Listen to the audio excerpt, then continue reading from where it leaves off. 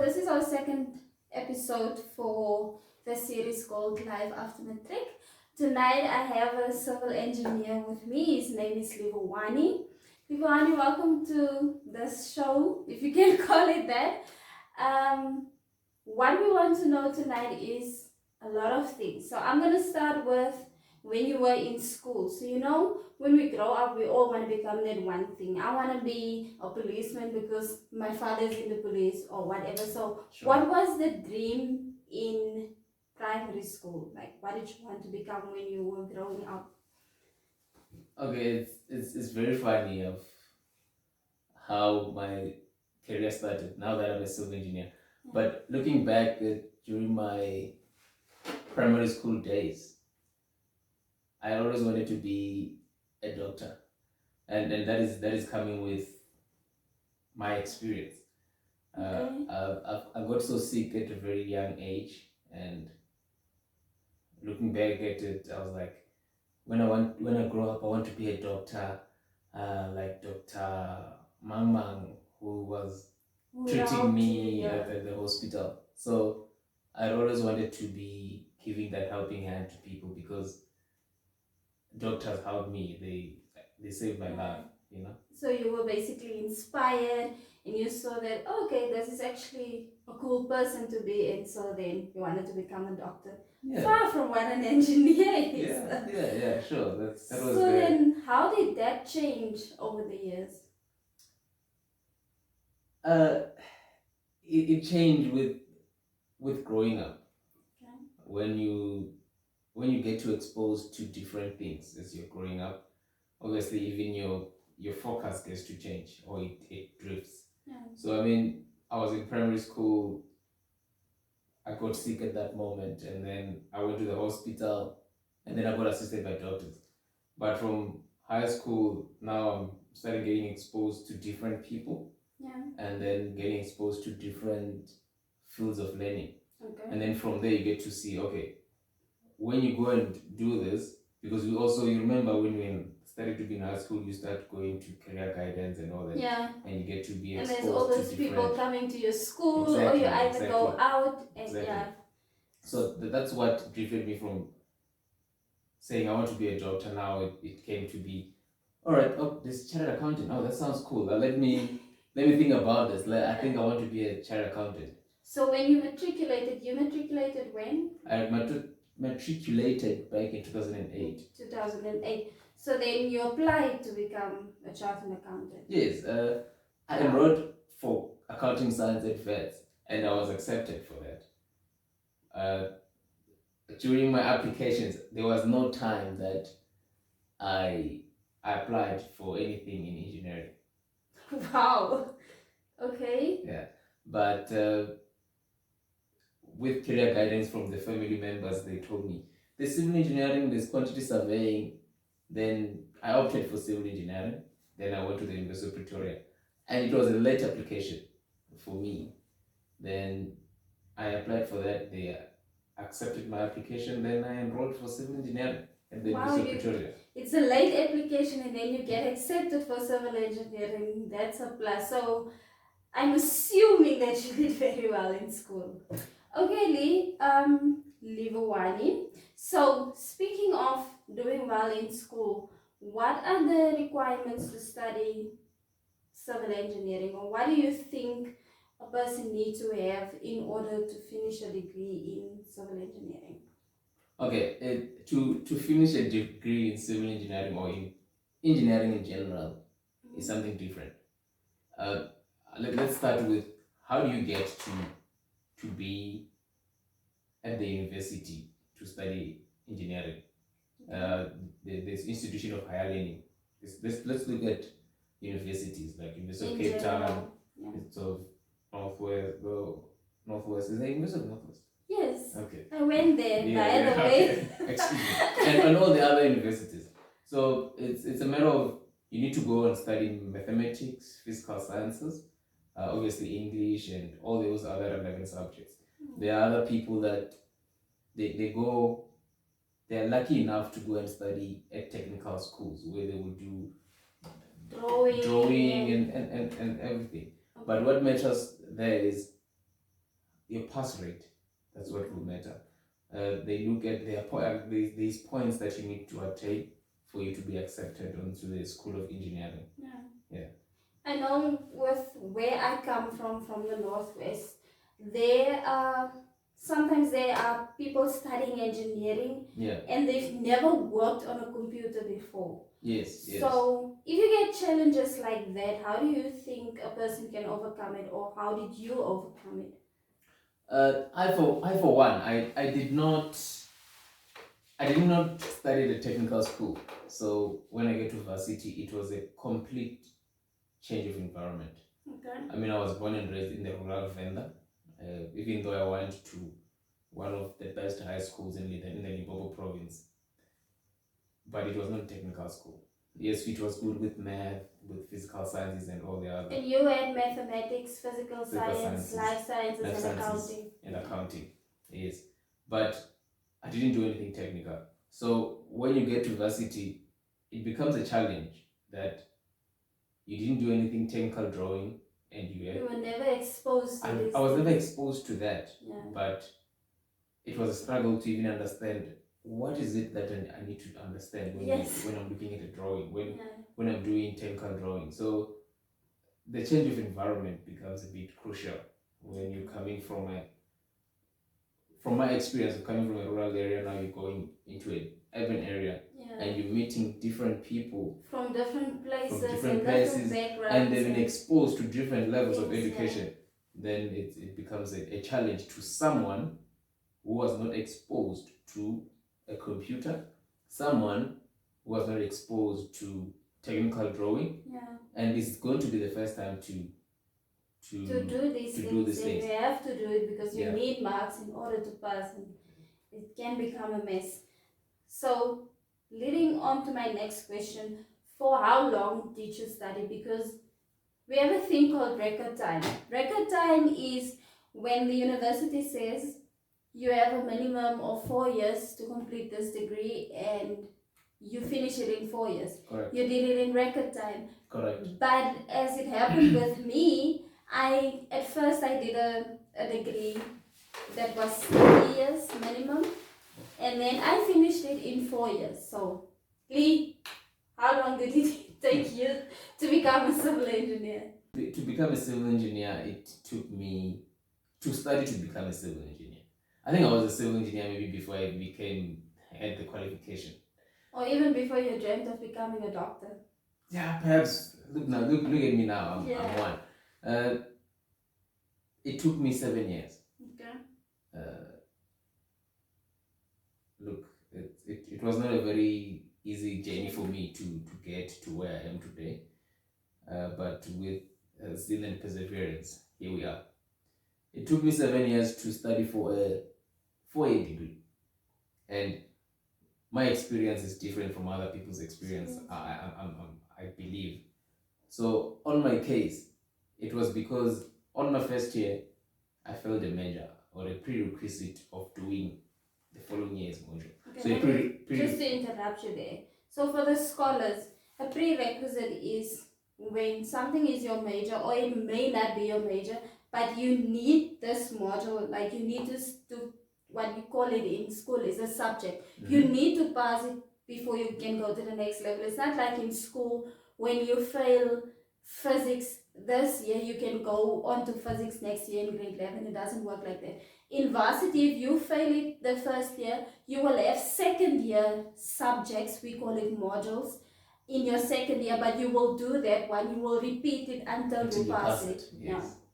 Okay. So, thanks for that clarity to the scholars, Joy. So, for me, I failed a major. Remember, I enrolled for civil engineering. We started with a module called statics. That way you do statics mechanics. It's, the thing with civil engineers is whatever we do, it does not move. So statics something that is static is not moving. Yeah. So it's a module that deals with forces and everything that we learn there. I failed it 2009, first year. Then I had to repeat it in 2010 as to explain that you still have to repeat it. Yeah. Then I passed it to 2010. Then let's move on to 2011. Yeah. I was doing a second year module that For the first time. for the first time. And you are already in your third on year. my third year. Yeah. I failed it. So already when I failed that first year module in 2009, it has put me already onto a 5-year plan. 5-year plan, yeah. And the plan was for me to finish in 4 years. 4 years. Yes. So that is what led me to finish my degree in 7 years. Okay. Because of failing a major. Yes, I failed a major. Yeah. And it was not. But it didn't stop you. Was there a point where you decided, no, I don't want to do this, I'm going to give up? Yeah, there was. Okay. 2012, I failed. It was called Strength of Materials, if I remember correctly, SWK 210. I failed it for the second time. So now already I'm saying I'm going to be here for quite a while. Yeah. For 6 years already now. Then I decided that I'm tired of being here, in this institution. Maybe I don't have to be here. Then I'm going to leave. I was fed up, but I got guidance from people that I told them that I want to leave. I want to go to a better institution that I will quickly finish. Yeah. But then I hanged in there, and until I persevered, until I finished my degree in 2015. Yeah. So you basically faced a lot of challenges, and then you decided not to give up.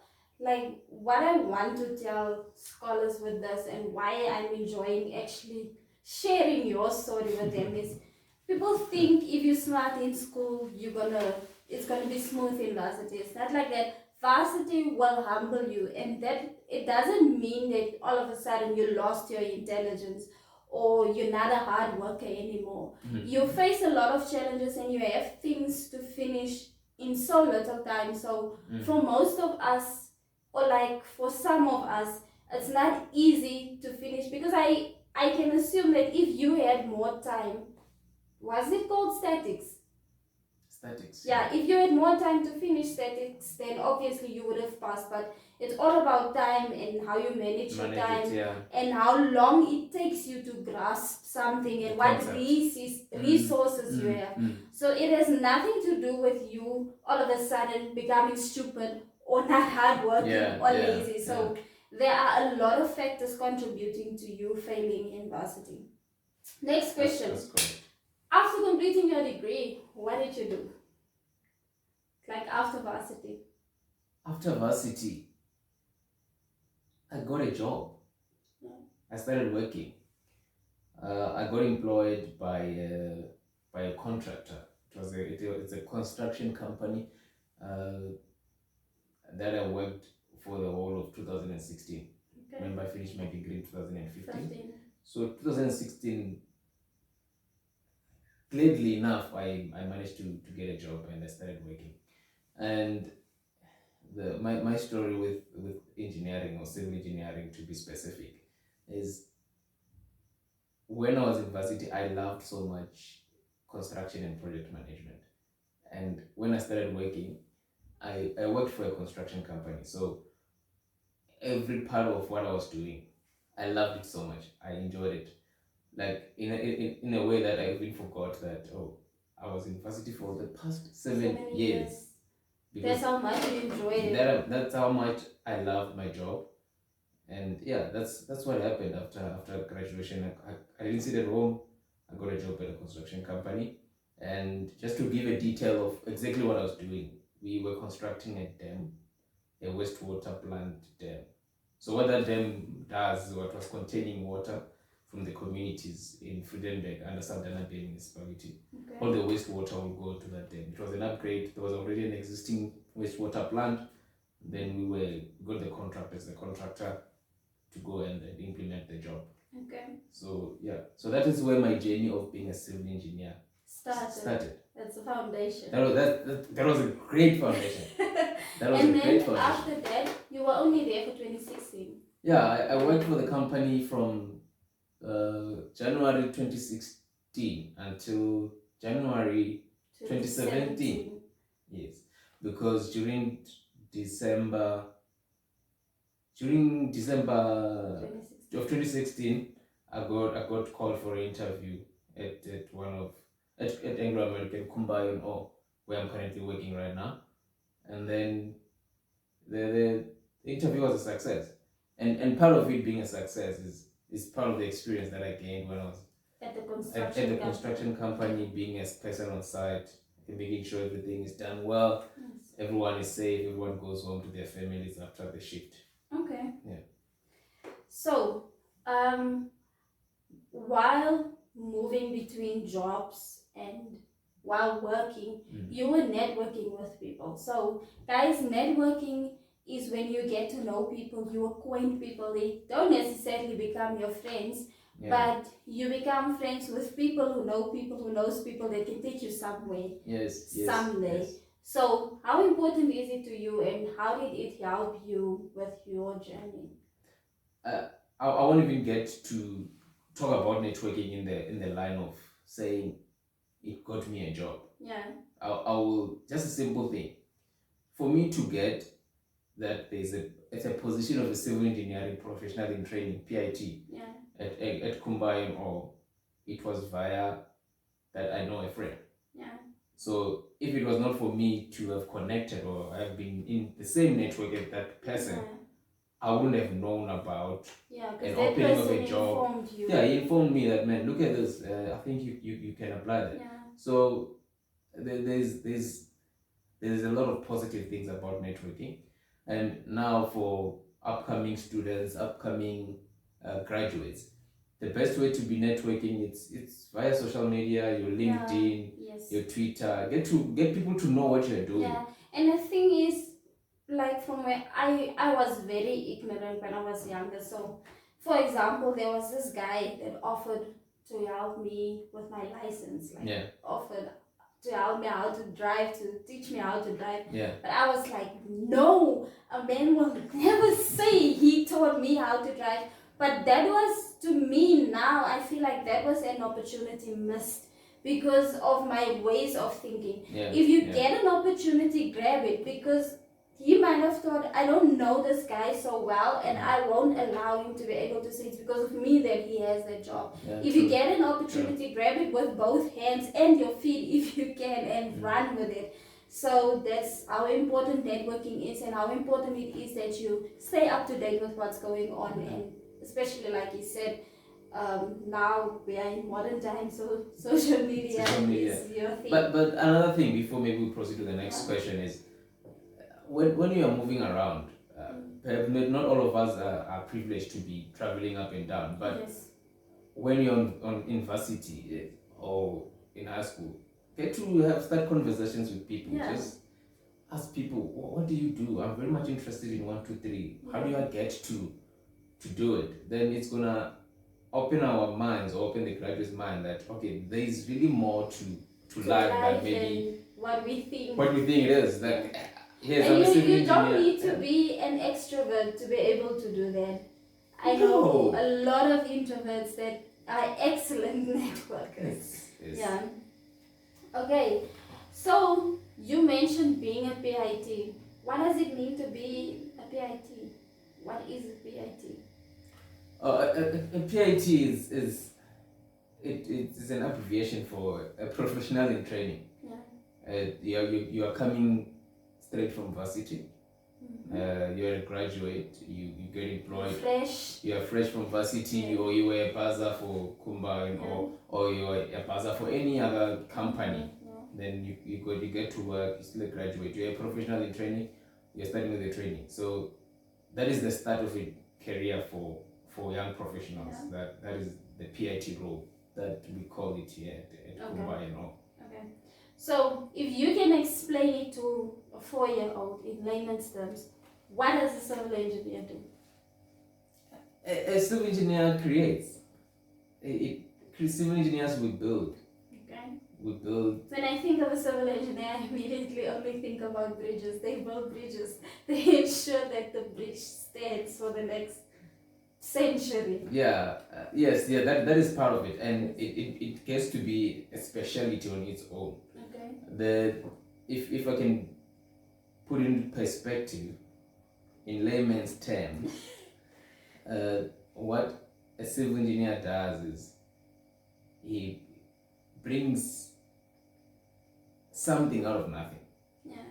Because for us to have roads, they were never paved roads. So that's what I'm saying. Civil engineers create, not to take away the power of the Almighty, but to put it simply, is we are continuing with creation.